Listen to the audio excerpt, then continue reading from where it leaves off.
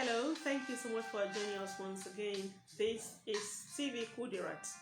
My name is Bola Omotayo, and I'm happy to welcome you on another edition of Business Realm. Business Realm is the program where we bring to you business tips that would assist you in your business journey. How to trade and make profit, how to trade and grow and become financially free, financially independent as your heart desires. So today, on the 10th edition of Business Realm, the topic is building credible business profile and reputation. Building credible business profile and reputation. In this topic, in this title, there are two keywords: profile and reputation. Credible is something that has no stain, that is believable, that is trustworthy. So how do you build a business profile that is trustworthy, that is stainless, that is trustworthy, that is dependable, that is respectable, that is dignifying? How do you build such a profile? And another keyword in the title is reputation. Your reputation is basically your image, the way you are seen. There is a major difference between your profile and your reputation. Your profile is verifiable, while your reputation is the way you are seen, and everybody will not see you the same way. But when the majority see you in a particular light, that is the thing that matters. The way the majority perceive you, the way the majority see you, is what matters. There would always be some exception, but if you can project yourself in a way that the majority would give you pass mark, then one may simply say that you have a credible reputation. So today we will take each of the two words one after the other and talk on them. Building credible business profile and reputation. What is profile? To explain what profile is, I will start with you as a person, as an individual person. Your profile is your biography, your name, your date of birth, your parentage. Who are your parents? Who gave birth to you? Who raised you? How are you raised? Your origin, your education, your qualification, your experience, your achievements, your services, the services that you render to life, and of course your ambition, your goals, your aspiration, what you intend to do ahead. All of these make your profile. Now, we are talking about business profile, and this can be adapted to make you understand what I started from your personal profile, so that you understand, or to help you understand what I mean by business profile. Your business profile is still the biography of your business, the founding date, the date that you founded your business. Now you see how it affects, how it's interrelated. Even the profile of the founder or the owner of the business will now have an implication for the profile of the business. So for your business profile, you need to talk about the date that you started your business, and you will see the importance of that date as we proceed. The profile of the founder. Who is the founder of the business? I like to know. If you come to me to market anything and I'll say, oh, so bank, who is the chairman? Who is, I want to know a few things about your company before I deal with you, before I engage with you, before I have any transaction with you. I want to know who is the founder of the business. I want to know who are the stakeholders in the business. All of these make up the profile of your business. The founding date, the founder's profile, the location of your business will be part of the profile of your business. The experience, the production capacity. If you are producing shoes, for instance, what is the capacity of your machinery? So, how many pairs of shoes can you produce in 1 month? You know, so all of these are factors of your business profile. Your track record, where are you coming from? What have you done? What have you seen? What have you handled? What problems have you solved? The services that you render, apart from just making money, and what are your future plans? Just as an individual needs to be ambitious and have future plans, so the same way a business should have goals and targets and plans for the future. So that's your business profile. Now let's talk about your business reputation. The reputation of your business is the way people see that business, the image of your business. And the main difference between your profile and reputation, like I said, is that your profile is verifiable. For instance, your name, your date of birth will be seen in your birth certificates. The schools you attended will be reflected on your results, and people can go there to confirm that you actually attended those schools or you did not. Your parents can be pointed to, your town, your origin, your lineage. All of these can be verified, whether you are saying the truth or you are telling a lie. All of this can be verified. The things that you have done, if you claim to have offered certain services, the people who enjoyed or received the services should be able to confirm it, that you actually did that for them. And if you say you are ambitious, you have certain things in view, from the way you carry yourself, from the things that can be seen, your ambition can even be inferred.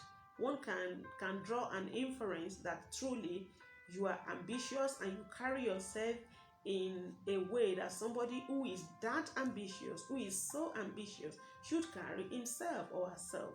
So that's about your profile. The factors of your profile can be verified. They are verifiable. But your reputation is your image. It is the way you are seen.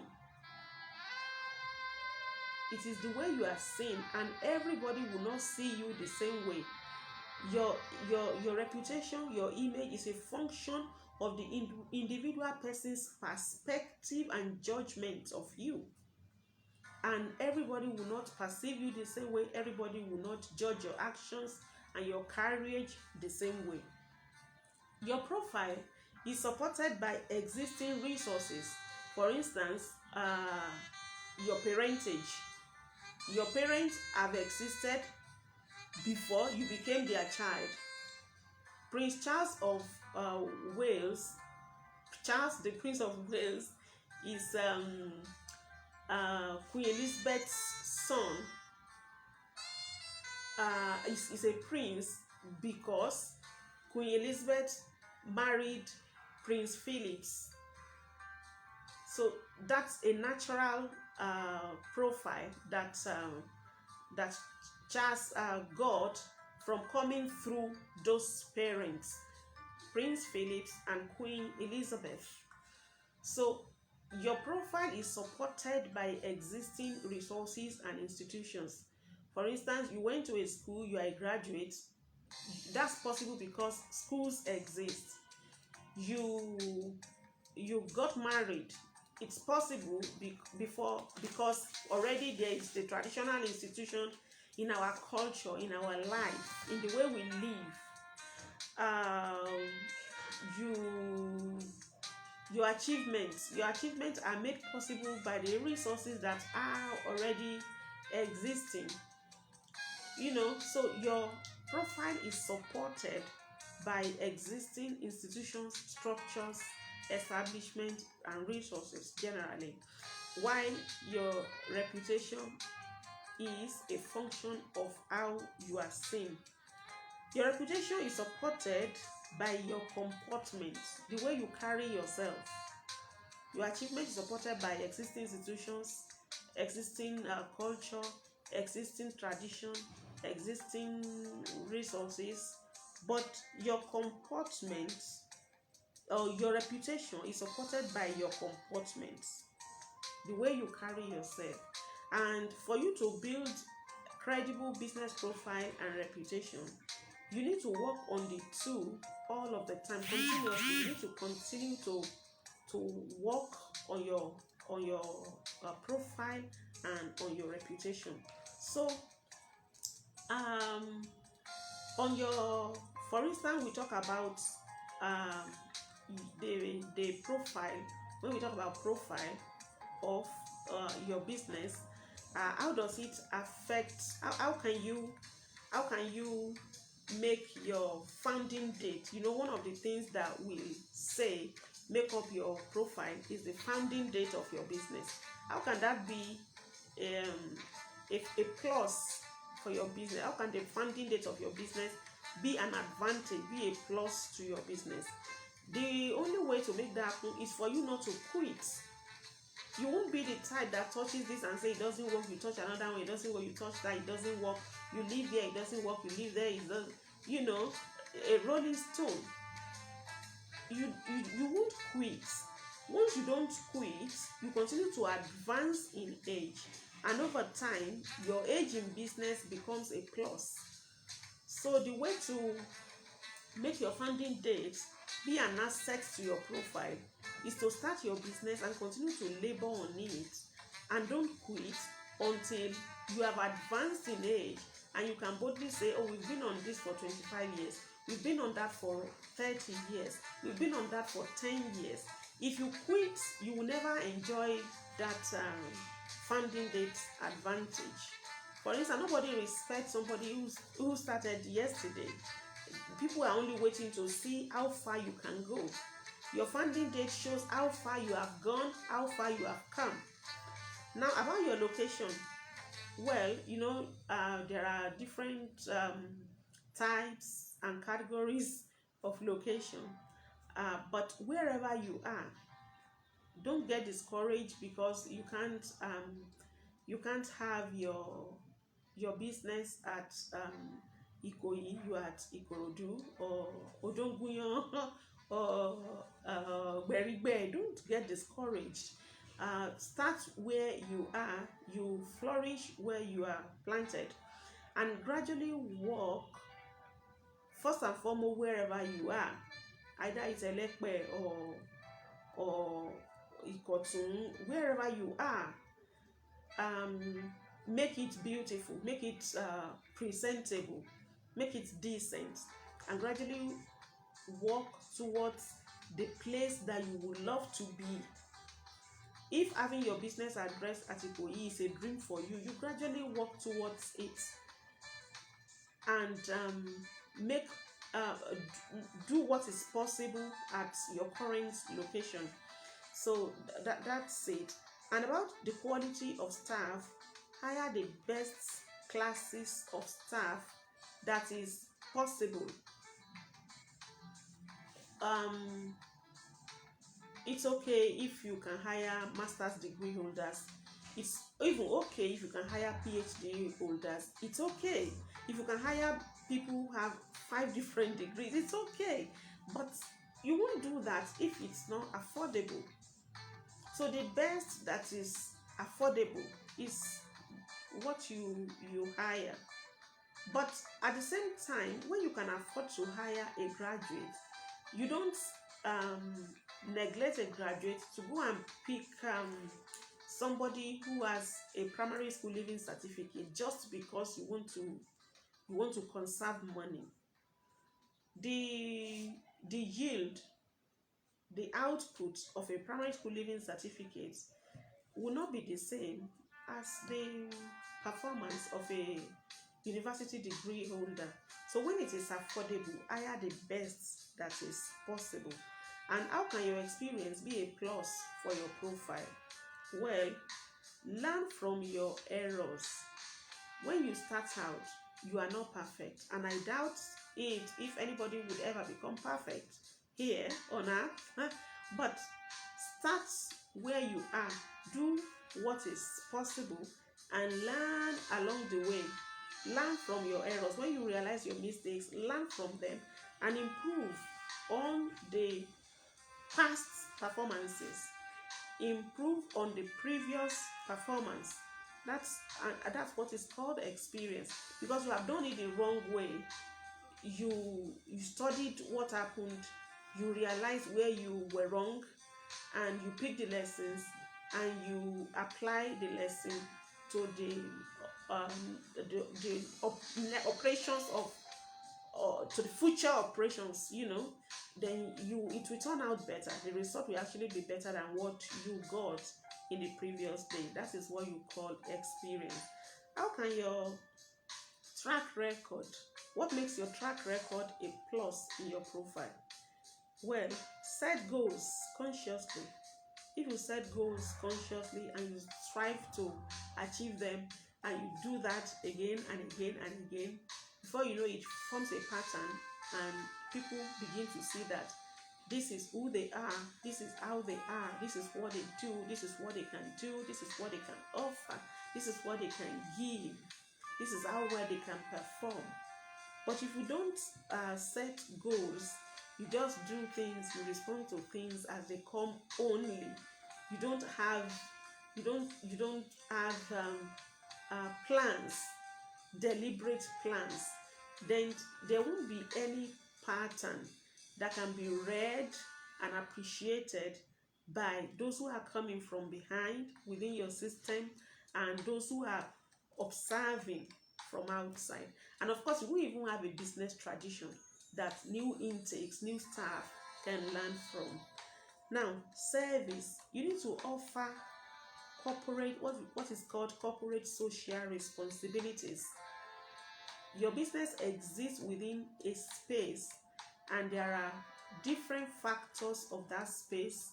The traditional institution, schools, establishments, chieftaincy, clubs, roads, there's a way that you are expected to contribute to the development of that social space. As somebody who earns income from the social space, you also want to give back to the society, not by you as an individual, but by your business. That's why it is called corporate. You do it corporately under the name of your business. You carry out some social responsibility under the passport of your business. That this business has thrived in this space, in this environment, and we are grateful. And we breathe the air, we travel the road, we enjoy the amenities, and so we are contributing this to. So it forms part of your profile, your business profile eventually, and over time they can point to it that this bus stop was erected by so business entity, and that stretch of road was constructed or rehabilitated by that business entity. It becomes part of your profile. Future plans. How can your future plans be a factor in your profile? Now, we said earlier that you have to set goals consciously and strive to achieve them. It is not enough to set goals and strive to achieve them, but you must also attach deadlines to your goals and consciously work towards the deadlines. You don't just say, I'm ambitious, I have that. You have a beautiful picture in your mind, and it's so easy for you to share it with people. But the same picture that you shared 5 years ago, in 15 years' time, you are still sharing that picture that you have that in view. No, you have to break your ambition into actionable goals and also reduce them into targets within given periods of time, and attach deadlines to them, that in the next 5 days I want to be able to have done these bits, and in the next 10 days I want to be able and work towards these deadlines. The date you give yourself to achieve a goal is what is called deadline. As on so date you must have achieved so goal. So, and once you do that, if people who came 2 weeks ago return to find that you have moved an inch further from where you were when you were sharing the picture with them 2 weeks ago, then you are seen as somebody who is truly ambitious, not somebody who just whatever who just talk just for the sake of talking. Now, how can you improve your reputation? We have said all the points that we just finished are points to help you improve your profile. How can you improve your reputation? 1, consciously ask for feedback. In anything that you do, ask people how they perceive you. You can do this in many different ways. There are big organizations who would send questionnaires or administer questionnaires to their consumers. There are people who would small businesses would just ask, oh, I hope you liked what we delivered to you. I hope you are enjoying it. I hope, this. So your feedback system doesn't have to be one complex research effort. It doesn't have to use very technical or very academic research instruments. You can simply ask one-on-one and feel their pulse, see how they feel about what you do, and you use that as a tool for improvement or for as a reason to celebrate and pat yourself on the back that you are doing well.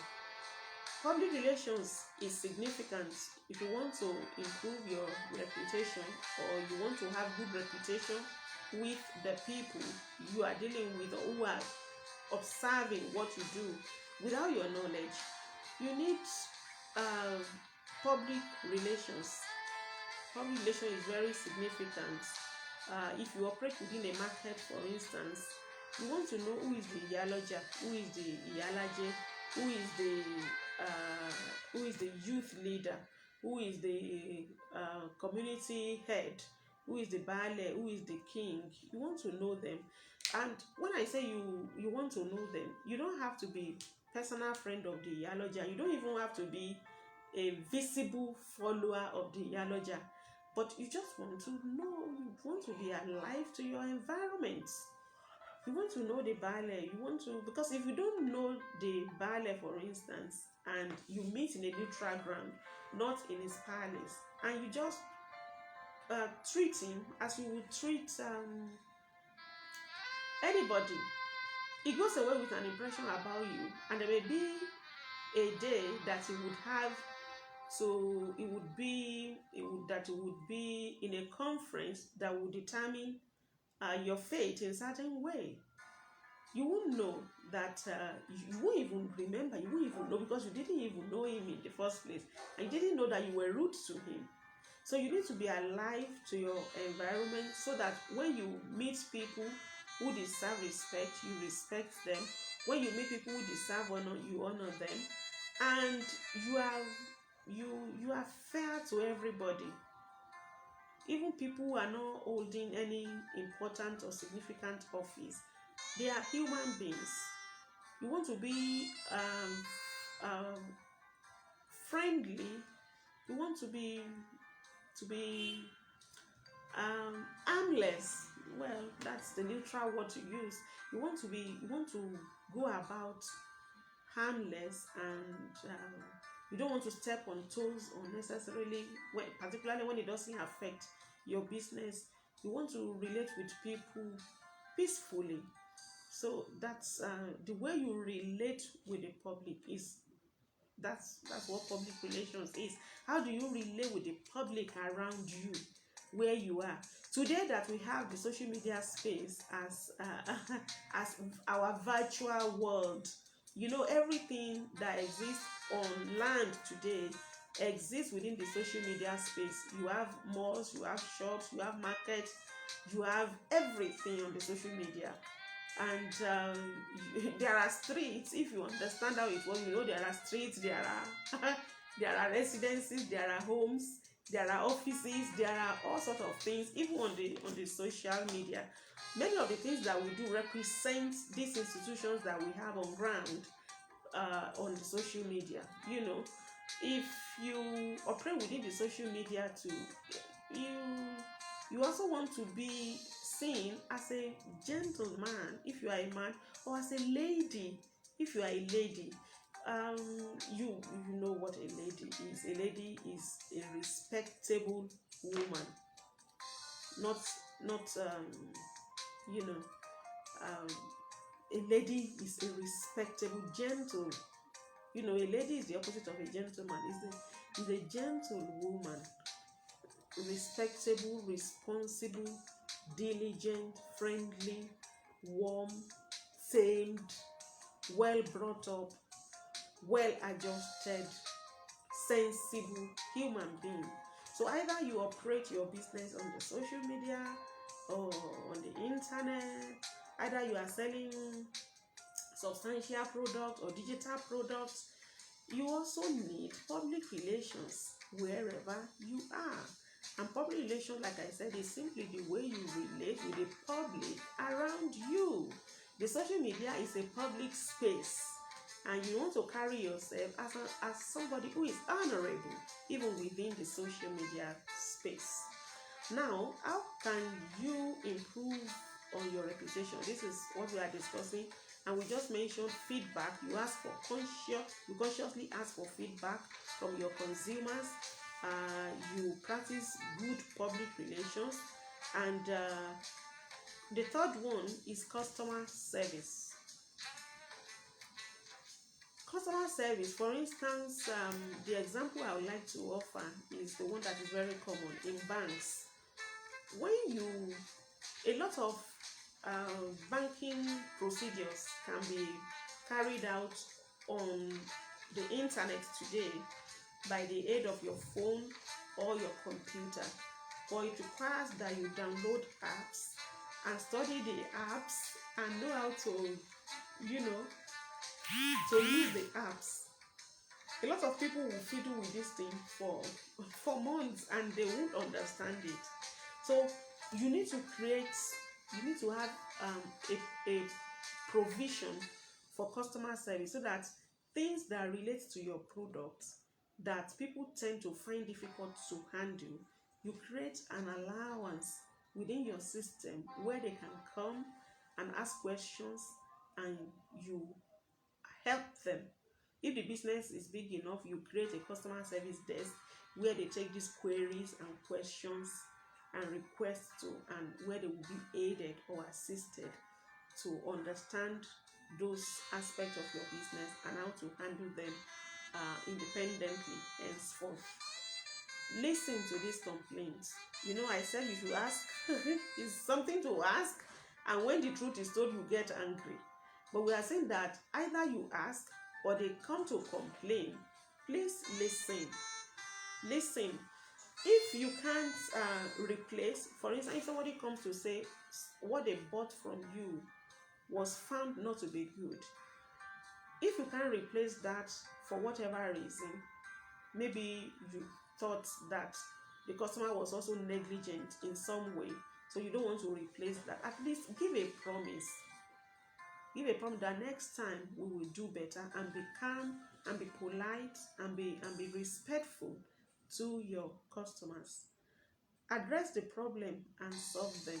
When you listen, you also address the problem. If it is a problem that you can address, that you can solve. Sometimes they have bought something from you, and in trying to set it up, they thought the thing has got spoiled. But on return to you, you told them that it's not spoiled, it only collapsed, and you just fix it and return to them. If it's something as simple as that, create a time or make a provision that somebody within your system help them to solve the problem. And then always return to the drawing board.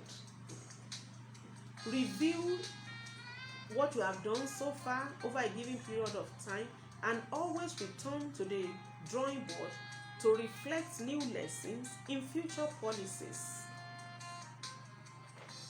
Over time, take all of the comments, all of the complaints, all of the suggestions, all of the whatever, take them back to the drawing board. If it's a big organization where you have a board or a management team, table all of this and discuss. But if it's a one-man business, on your own, reflect over them, and you will surely receive insights.